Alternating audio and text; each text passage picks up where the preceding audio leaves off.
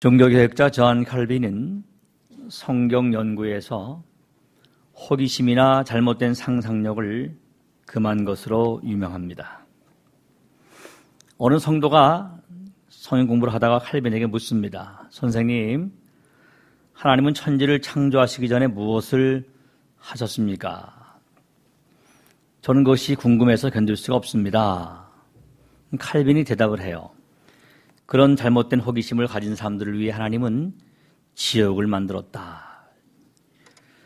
오늘 본문은 잘못된 호기심을 가진 사람들이 나타나고 있습니다. 기독교 신앙은 호기심 천국이 아닙니다. 기독교 신앙은 믿음 천국, 지식 천국입니다. 오늘 본문은 우리가 알고 있는 알아야 할 바는 무엇이고 또 알 바가 아닌 것은 무엇인지에 대해서 소위 기독교 신앙의 본질을 교훈하고 있습니다. 너희가 알 바란 제목으로 말씀을 전하면서 교훈을 받으려고 합니다. 예수님께 호기심 천국을 발동한 사람들이 누구입니까? 본문은 그 사람들이 정확히 누구라고 말하고 있지 않지만 쉽게 알 수가 있는 것은 사도행전 1장 4절에 사도와 함께 모이사 그들에게 분부하여 이르시되 그랬습니다. 사도 중에 몇 명이 혹은 한 사람, 다수인지 혼자인지 모르겠지만 일단 제자들, 그 중에 어떤 사람들이 예수님께 말을 하고 있는 것입니다. 엉뚱한 질문을 하고 있는 것이죠. 즉 가룟 유다가 빠진 11명의 사도들이 예수님과 함께 모여서 특별한 예수님의 승천 과정을 지켜봐야 할 터인데 엉뚱한 질문을 하고 있는 것이 바로 오늘 잘못된 호기심 천국에 대한 얘기를 하고 있는 것입니다. 오늘 이 자리는 특별한 자리입니다. 영광의 자리이고 주님과 이별하는 자리입니다. 누가복음 24장 49절에 보니까 부활하신 예수님께서 40일 동안 더 이 땅에 계시다가 승천하시기 전에 하신 말씀이 나옵니다. 볼지어다 내가 내 아버지께서 약속하신 것을 너희에게 보내리니 너희는 위로부터 능력으로 입혀질 때까지 이 성에 머물라. 오늘 두 무대가 나옵니다. 첫째 무대는 감람산입니다. 예수님 승천을 바라보는 감람산 무대고 또 다른 무대는 오순절 성령 강림을 기다리는 마가의 다락방 무대입니다. 말씀드린 것처럼 사도 중에 누군가가 혹은 몇 명이 예수님께 자신의 욕망을 표출한 사려 깊지 못한 질문을 던집니다. 주께서 이스라엘 나라를 회복하심이 이때입니까?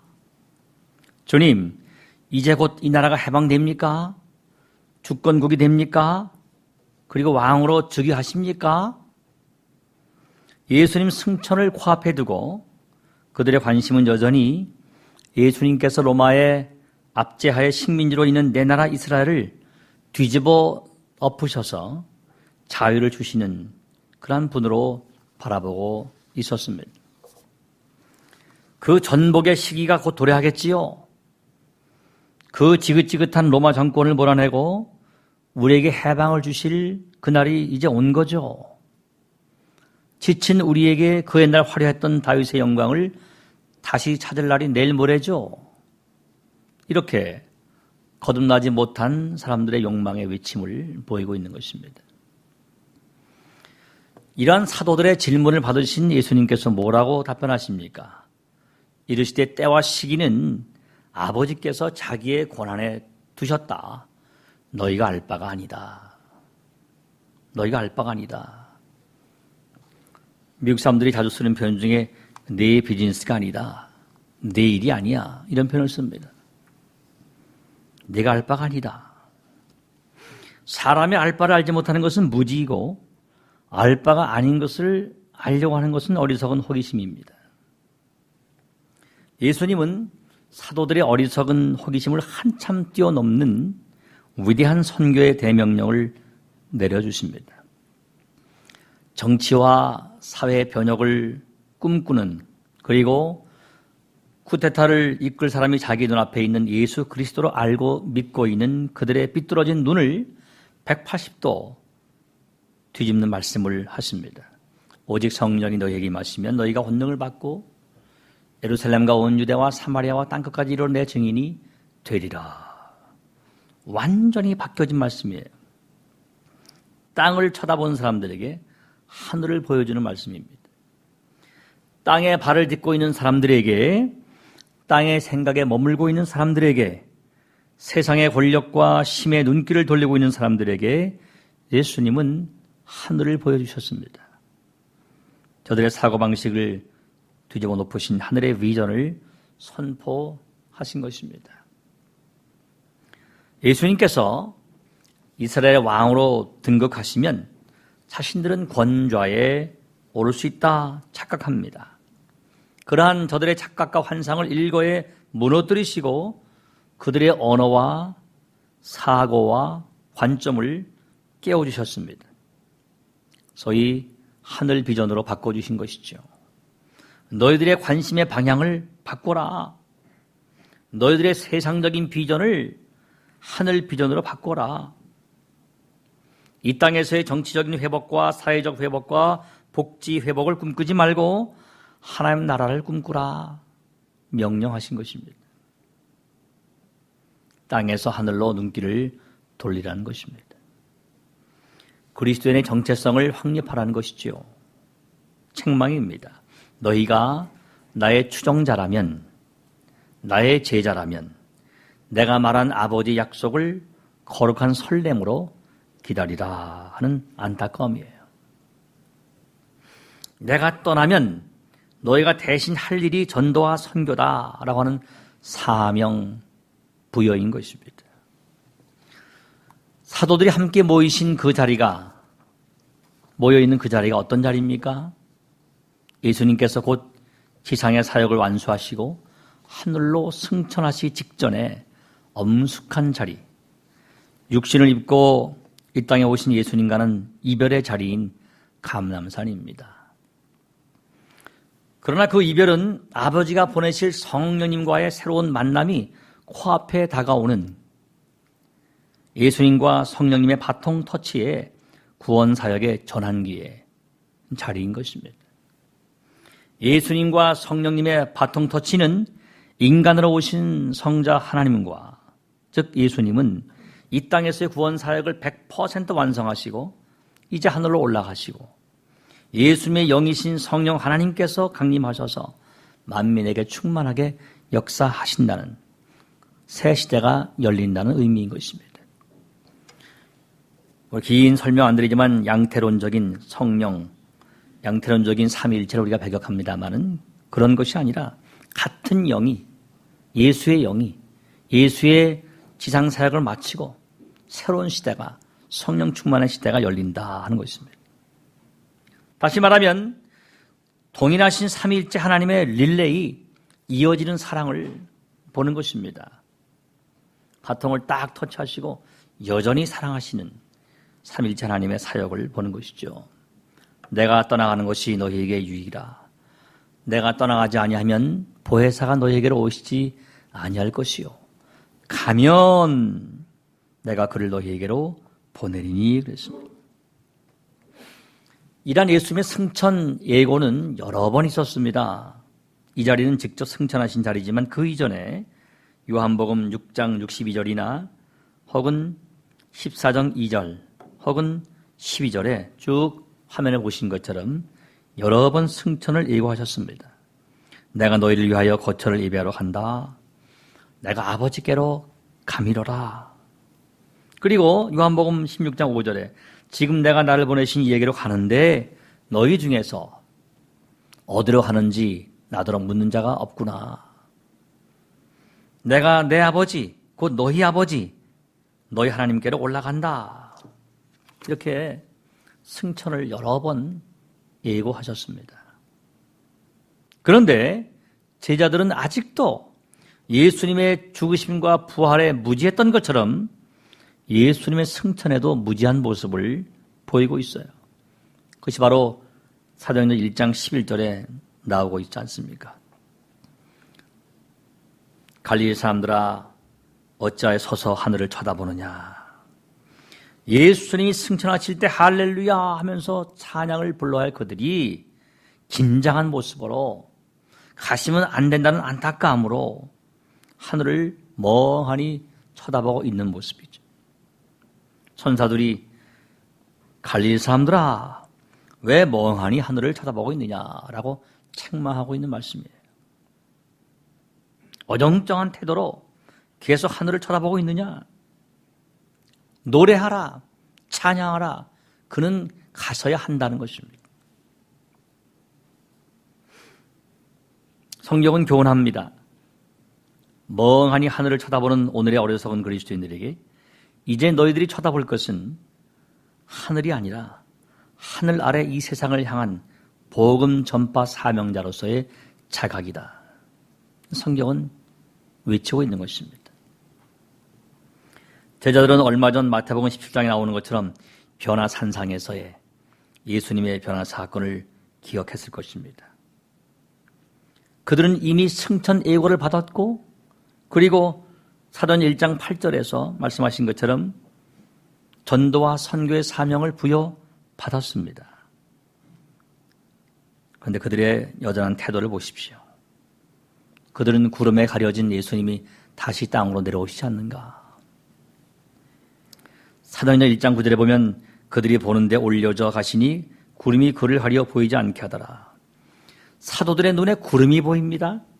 그리고 얼마 전 변화산상에서의 구름을 떠오릅니다. 아, 저 구름. 그리고 구름이 가셔지면 다시 예수님은 우리 곁에 계시겠지. 여러분, 변화산상에서 베드로가 뭐라고 말합니까? 주여, 우리가 여기 있는 것이 좋사오니 그랬습니다. 여기 있는 것이 좋습니다. 이 말은 역시 너희가 알 바 아니다라는 예수님의 책망받을 딴소리인 것입니다. 예수님께서는 여기 변화산에 머물지 아니하시고 산 아래로 내려가셔야 합니다. 예수님이 여기 예루살렘에 머물지 아니하시고 하늘로 올라가셔야 합니다. 그런데 그들의 신앙은 여기에 머물고 있습니다. Here, center of faith. 여기에 머뭅니다. here에서 there로 가야 되는데 here, 여기에 머물고 있습니다.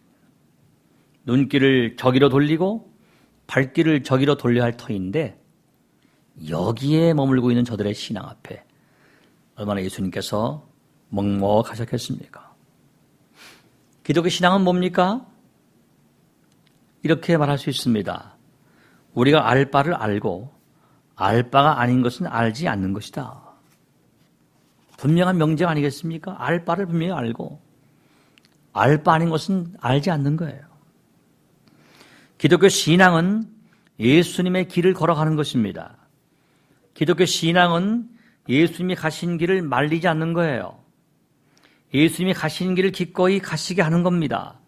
예수님이 죽으실 때 죽으시도록, 예수님이 부활하실 때 감격으로, 예수님이 승천하실 때 기쁨으로, 그리고 아버지가 보내실 성령님을 흥분으로, 예수님의 재림을 설렘으로 기다리는 것입니다. 하나님의 인류 구원 계획을 기도와 믿음으로 함께 하는 거예요. 그것이 우리가 알 바요, 우리가 믿을 바이며 우리가 바라볼 바인 것입니다. 기독교 신앙의 핵심은 십자가, 부활, 승천, 성령 강림, 재림과 심판입니다. 따라서 기독교 신앙은 십자가와 부활과 승천과 성령 강림, 재림, 심판이 빠지면 바르게 세워지지 않습니다. 바르게 세워지기는커녕 이단의 길로 갑니다. 이러한 기본 진리 중에 하나라도 빠지면 정상적인 기독교가 될 수 없습니다. 제자들은 예수님의 승천보다는 그 자리에 같이 머물기를 원했어요. 그리고 그 이전에 베드로가 예수님의 십자가 죽음을 만류하다가 사탄이라는 책망까지 들었습니다. 마태복음 16장 23절, 24절. 사탄아, 내 뒤로 물러가라. 너는 나를 넘어지게 하는 자로다. 내가 하나님의 일을 생각하지 아니하고 사람의 일을 생각하는도다. 누구든지 나를 따라오려거든 자기를 부인하고 자기 십자가를 지고 나를 따를 것이다. 분명히 선포하셨어요. 기독교 신앙은 하나님의 일을 생각하는 것입니다. 반대로 사람의 일을 생각지 않는 거예요. 기독교 신앙은 자기 부인입니다. 자기 생각, 자기 관점, 자기 선입관, 자기 경험, 자기 고집을 꺾는 겁니다. 대신 각자가 지고 가야 할 자기 십자가를 지고 예수님을 따르는 것입니다. 이스라엘의 회복을 기대하고 예수님의 승천보다는 이 땅에 머물기를 원하는 그들의 신앙은 자기를 부인하고 자기 십자가를 지는 제자의 모습이 아니었습니다. 사도들이 누굽니까? 그리고 오늘 이 자리에 우리는 누굽니까? 그 시대와 지금 시대를 망라한 기독교인들을 대표한 11사도들은 곧 하늘로 올라가실 예수님이 누구이신지 그 정체와 신분을 몰랐습니다. 동시에 내가 누구인지를, 내가 무엇을 해야 하는 존재인지를 잊었습니다. 3년씩이나 예수님을 따랐던 저들, 심지어 예수님 죽음도 받고 부활도 받던 저들이 여전히 주의 승천 앞에서 무지한 모습을 보이고 있어요. 어쩜 11제자가 한결같이 그렇게 무지합니까? 어떤 형제가 있었습니다. 그런데 동생이 형의 말을 잘 듣지 않아요. 늘 으르렁거리고 싸웁니다. 어느 날 형제가 어떤 집을 지나가게 되었습니다. 그런데 그 집 대문에 한글로 만사형통이라는 글이 써붙어 있었습니다. 그러니까 둘 다 무지해서 그 뜻을 알 수가 없었어요. 다만 글을 읽을 수 있는 형이 선수를 칩니다. 아는 척합니다. 아우야, 만사형통이 뭔지 아냐? 난 모르겠는데 형은 알아? 알고 말지. 잘 배워라. 만사형통이란 모든 만사를 형을 통해서 해야 한다는 뜻이다. 그러니까 동생이 야, 형 정말 유식하다. 어리석은 사도들의 모습이 바로 그런 모습이에요. 무지한 모습. 이 땅에 남겨두고 하늘로 가셔야만 하는 예수님 마음이 얼마나 먹먹하고 답답하셨겠습니까? 이 자리에 우리는 눈으로 예수님 본 적이 없어요. 죽으심과 부활도 본 적이 없는 사람들입니다. 근데 우리에게는 확실한 말씀이 있잖아요. 오히려 그때 12 혹은 11제자보다 더 확실한 증거가 있습니다. 성경 말씀이 있습니다. 그리고 우리 말씀을 통해서 예수님 죽음도 받고 부활도 받고 승천을 봤습니다. 그리고 재림도 분명히 믿습니다. 그렇다면 지금 우리의 신앙은 어느 자리에 머물고 있을까요? 그 답은 간단합니다. 지금 내가 바라보는 예수님의 정체성, 그리고 내가 지금 왜 부산교회, 부산농신교회에 나오는 그 목적 이유를 찾는 겁니다. 내가 왜 이 자리에 앉아 있는가? 나는 누구인가? 동시에 내 삶의 목적을 찾는 겁니다. 그러면 우리 신앙의 자리를 찾을 수 있는 거예요. 아, 내가 10점 만점에 이 정도 머물고 있구나. 기독교 신앙은 늘 말씀드리지만 정체성 확립입니다. 예수님이 누구이신가? 내가 누구인가? 내가 무엇을 해야 할 사람인가? What shall I do? 무엇을 하고 무엇을 일으키고 살 사람인가? 예수님의 정체성과 나의 정체성과 내 존재의 목적을 제대로 확립하면 드디어 신앙은 첫 발을 올바르게 띄게 됩니다. 사도들은 예수님과 자신들의 정체성에 대해서 무지했음은 물론이고 자신들이 그때와 지금의 모든 그리스도인들의 모델이라는 대표성 책임과 신분을 잊었습니다. 그 자리는 예수님이 곧 승천하실 자리이면서 동시에 몇 날이 못 되면 부어주실 성령을 기다리는 기도의 자리, 예배의 자리, 거룩한 기다림의 자리, 엄청난 하늘 생명이 성령으로 쏟아지는 대부흥성회의 자리라는 사실을 까맣게 잊었습니다. 그들은 오히려 이렇게 말해야죠. 예수님, 우리가 주님께서 말씀하신 아버지께서 약속하신 것을 받기 위해 이 자리에 모였습니다. 다 모였습니다. 저기 보니까 120명 분도까지 모여 있습니다. 이제 저희가 가서 함께 기도하면 되겠지요. 이렇게 말했어야 할 저들은 오히려 주님, 이스라엘 나라를 회복하심이 이때죠. 호기심 천국의 말을 하고 있는 것이죠. 이란 6절 말씀 앞에 분명히 예수님께서 이렇게 말씀하셨잖아요. 사도와 함께 모이사 그들에게 분부하여 이르시되 예루살렘을 떠나지 말고 내게서 들은 바 아버지께서 약속하신 것을 기다리라. 요한은 물로 세례를 베풀었지만 너희는 몇 날이 못되어 성령으로 세례를 받는다. 앞에 분명히 말씀하셨는데 바로 그 다음 절에 엉뚱한 얘기를 하고 있는 거죠. 두 가지를 기억하라는 것입니다. 하나는 아버지께서 약속하신 것을 기다리라. 다른 하나는 몇 날이 못되어 성령으로 세례를 받으리라. 절단하겠습니다. 기독교 신앙은 약속과 기다림이다. 기독교 신앙은 약속과 기다림입니다. 성경은 그 약속을 기다린 사람들의 스토리입니다. 약속의 주인공은 예수님이세요. 구약의 수많은 선지자들은 오실 메시아 그리스도를 예언했습니다. 아담과 하와의 원죄로 말미암아 망해버린 인생들에게 새로운 살 길을 열어주실 구속주 예수 그리스도를 예언했습니다. 구약이죠. Old Testament. 그리고 그 약속의 실체로 오신 분이 New Testament, 새로운 약속, 신약의 그리스도입니다. 예수님은 오랜 구약의 역사 가운데 기다림의 대상이 자신이었고 그 실체로 자신이 이 땅에 오셔서 아버지께서 맡기신 사명을 다 이루셨고 이제 하늘로 승천하시기 전에 그가 떠난 후가 되면 또 열리게 될 새로운 세계의 주인공인 누군가를 기다리라고 명령하고 있는 것입니다. 그 기다림은 구약과 마찬가지로 4절에 말씀한 대로 아버지께서 약속하신 것입니다. 그 기다림의 대상이요 그 약속은 성령님이십니다. 너희는 몇 날이 못되어 성령으로 세례를 받으리라. 성령 충만하시기 바랍니다. 우리 안에 성령이 거하시지만 거하시는 성령이 충만하게 성령 세례를 받는 거예요.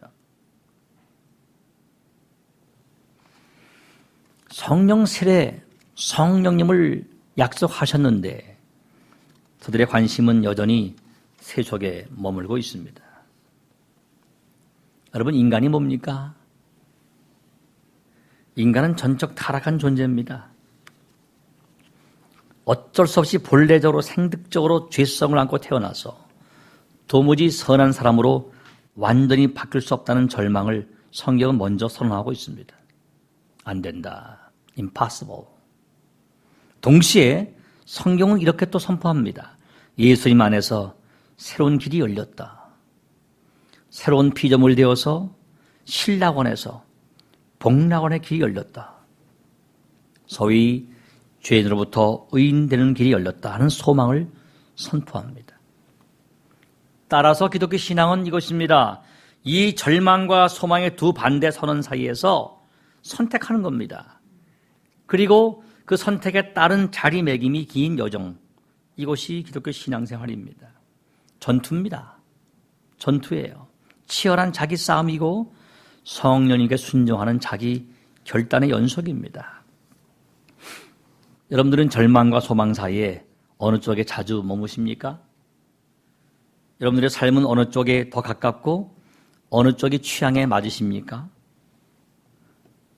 기독교 신앙은 인재론으로부터 인간론으로 돌아가는 일평생의 과정입니다. 인간은 죄인이다. 그 자리로부터 죄 짓기 전의 자리로 무단히 애쓰고 돌아가는 겁니다. 안 되지만 또 하는 겁니다. 그런데 우리가 자신을 돌아보면 잘 알듯이 우리는 절망편에 더 쉽게 머뭅니다. 다시 말하면 인죄론의 경계선을 벗어나지 못하고 여전히 전적 타락한 인간의 죄성을 토해내고 삽니다. 그 중에 하나가 높이, 크기, 욕망, 권세, 힘. 사도들은 지난번 설교했던 것처럼 마음이 둔해진 사람들이었어요. 신앙생활은 뭡니까? 둔감에서 민감으로 가는 길입니다. 무지함에서 지식으로 가는 길입니다.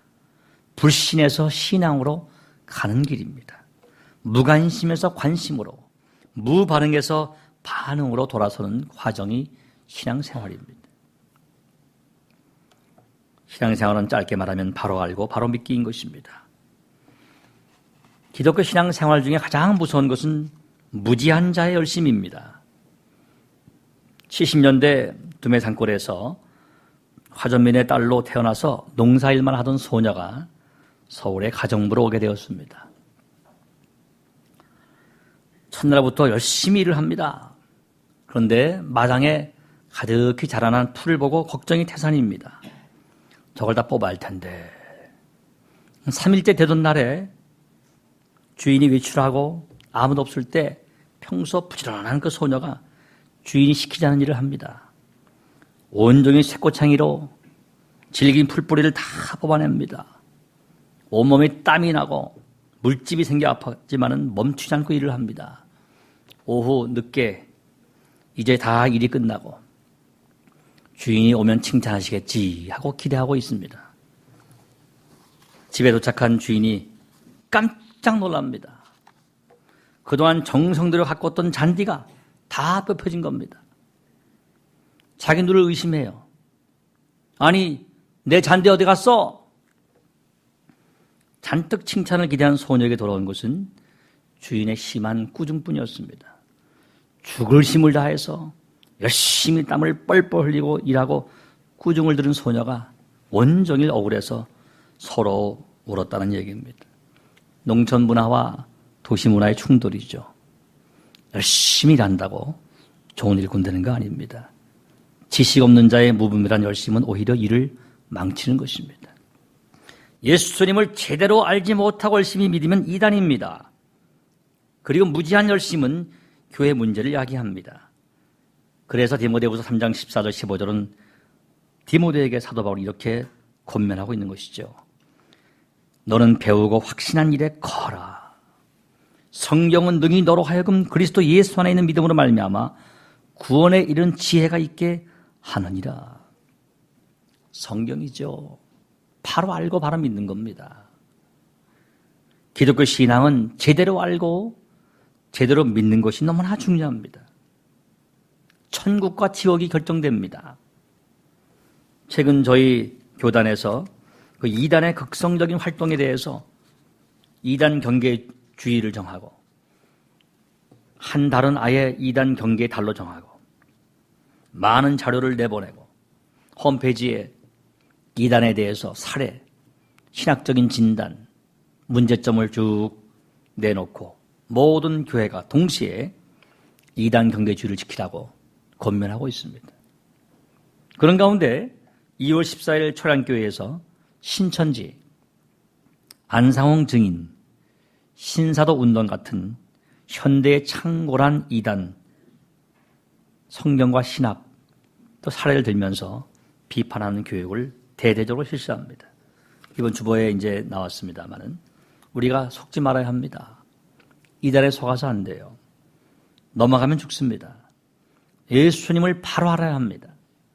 바로 믿어야 합니다. 절 따라하시죠. 바로 믿고, 바로 알고, 바로 알고, 바로 믿자. 네. 어떤 의미에선 2019년, 2020년 당분간 어떤 교회, 우리 교회 포함해서 아마 크게 프레카드를 걸만해요. 바로 알고 바로 믿자. 괜찮은 말 같아요. 바로 알고 바로 믿자. 아마 이제 스티커가 날아올 것입니다만은 늘 우리가 봤던 것처럼 신천지 아웃라는 것이 이제 붙여질 거예요. 로비문에. 얼마 전에 이사 가신 강경래 집사님이 이사 가자마자 저한테 편지가 오기를, 목사님 도와주세요. 뭡니까? 이거 꼭 좀 써주세요. 아주 큰 교회 중에 하나인데 그 교회에서 등록을 하려고 했더니 서류를 적어오래, 서류를. 그 서류가 뭐냐 했더니 부산 동신교회 정말 잘 다니고 있는가. 담임 목사 사인을 받아오라는 거예요. 그 양식이 있더라고. 그 제가 잘 적어서 다시 이게 카피해 가지고 보내드렸습니다. 그런 다음에 교회 등록하는 거예요. 네. 세상이 얼마나 무서운지 모릅니다. 오늘날 교회가 겪는 어려움과 기독교의 쇠퇴는 많은 요인이 있지만 그중 가장 큰 요인이 하나님께 대한 지식의 부재인 것입니다. 여러분들 무엇을 알기 원하십니까? 혹 우리가 알고 싶어하는 것이 예수님 편에서는 혹은 하나님 나라 편에서는 너희가 알 바 아니다. It's not your business. 그 무엇이 아닌지 모르겠습니다. 우리가 알 바는 하나님의 일입니다. 우리가 알 바는 하나님 나라입니다. 우리가 알 바는 예수님 마음이에요. 우리가 알 바는 성령님이십니다. 우리가 알 바는 진리입니다. 우리가 알 바는 진리가 외치는 거듭남이죠. 저는 새로운 가정 중에 세례를 받고 싶어하는 간절한 믿음을 가진 가정을 보면서 저 마음이 구도자의 마음이다. 예수를 바로 알고 싶어하고 일정한 과정을 통해서 학습받고 세례받고 정상적인 신자가 되기 원하는 그 마음이 바른 구도자의 마음이다. 그 생각을 해보고 기뻤습니다. 우리가 알 바는 진리입니다. 우리가 알 바는 나의 영혼 구원, 너의 영혼 구원, 남편의 영혼 구원, 아내의 영혼 구원, 부모의 영혼 구원, 자식의 영혼 구원이에요. 우리가 알 바는 너와 내 집이 구원받는 일입니다. 우리가 알 바는 성령 충만입니다. 우리가 알 바는 기도입니다. 우리가 알 바는 전도와 선교죠. 우리가 알 바는 사랑과 용서와 헌신입니다. 말씀을 짧게 맺습니다. 제가 존경하는 이 시대 마지막 청교도 신학자고 진정한 복음주의 거장이신 올해 93살의 J.I. 패커라는 교수가 있습니다. 이분은 캐나다 리젠트 신학교에서 아직도 강의를 한다고 하십니다. 평생 만나고 싶은 분 중에 한 분이신데 이분이 46세 1973년에 Knowing God, 하나님을 아는 지식이라는 책을 쓰십니다. 엄청난 책입니다. 그는 말합니다. 단순하게 말해요. 예수님을 아는 것은 금세와 내세에 그분에 의하여 죄와 죄책과 사망으로부터 구원받는 것이다. 예수님을 아는 것이 구원이라는 것입니다. 그렇습니다. 신앙은 하나님을 아는 것에서 시작합니다. 그리고 성수은 예수를 아는 것으로 비롯됩니다. 주님은 말씀하셨어요. 영생은 참 유일하신 하나님을 아는 것이다. 그리고 그가 보내신 예수를 아는 것이다. Knowing God, knowing Jesus, knowing Holy Spirit. 우리 교회는 성삼일체 하나님을 제대로 알고 믿게 되기를 축복합니다. 패커 교수는 신앙의 무지의 결과가 하나님과의 교통을 막고 하나님을 믿는 일을 방해한다라고 말합니다. 영생은 아는 것입니다. 그것은 지식이 아니라 체험도 포함되어 있습니다. 지식으로 알고 체험으로 알고 예수를 바로 믿는 것입니다. 성령이 누구이신지, 하나님이 어떤 분이신지, 예수가 누구이신지를 제대로 알고 믿는 우리 교회 되기를 바랍니다.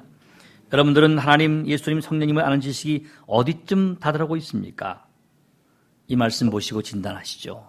다 같이 우리가 다 하나님의 아들을 믿는 것과 아는 일에 하나가 되어 온전한 사람을 이루어 그리스도의 장성한 분량이 충만한 데까지 이르리니 이는 우리가 이제부터 어린아이가 되지 아니하여 사람의 속임수와 간사한 유혹에 빠져 온갖 교훈의 풍조에 밀려 요동하지 않게 하려 함이라. 믿는 것과 아는 것에 하나가 되어서 온전한 믿음의 그릇으로 장성한 분량, 그리스도의 그 분량이 충만한 데까지 이르는 성도가 될 때만 사람의 속임수와 간사한 유혹에 빠지지 아니하고 온갖 교훈의 풍조에 밀려서 바다의 이파리처럼 요동하지 않게 될 것입니다. 만일 이 자리에 호세아 선지자가 있다면 이렇게 더 큰 소리로 외칠 것 같아요. 다 같이 내 백성이 지식이 없으므로 망한도다. 내가 지식을 버렸으니 나도 너를 버려 내 제사장이 되지 못하게 할 것이요. 내가 내 하나님의 율법을 잊었으니 나도 내 자녀들을 잊어버리리라. 그리고 말씀하실 것 같아요. 그러므로 우리가 여호와를 알자. 힘써 여호와를 알자. 여러분들에게 두 가지 묻습니다. 여러분들은 알 바를 알고 알 바가 아닌 것을 알지 않는 균형 잡힌 신자이십니까? 또 묻습니다. 여러분은 믿을 바를 믿고 믿지 않을 바는 믿지 않는 건강한 신자이십니까? 기도하겠습니다. 아버지 하나님, 너희가 알 바란 제목으로 부족한 종이 설교했습니다. 우리가 알 바를 바로 알고 알 바 아닌 것은 알지 않는, 믿을 바는 바로 믿고 믿지 않을 바는 믿지 않는 균형 잡히고 건강한 신자 되게 하여 주옵소서. 예수님의 이름으로 기도하옵나이다. 아멘.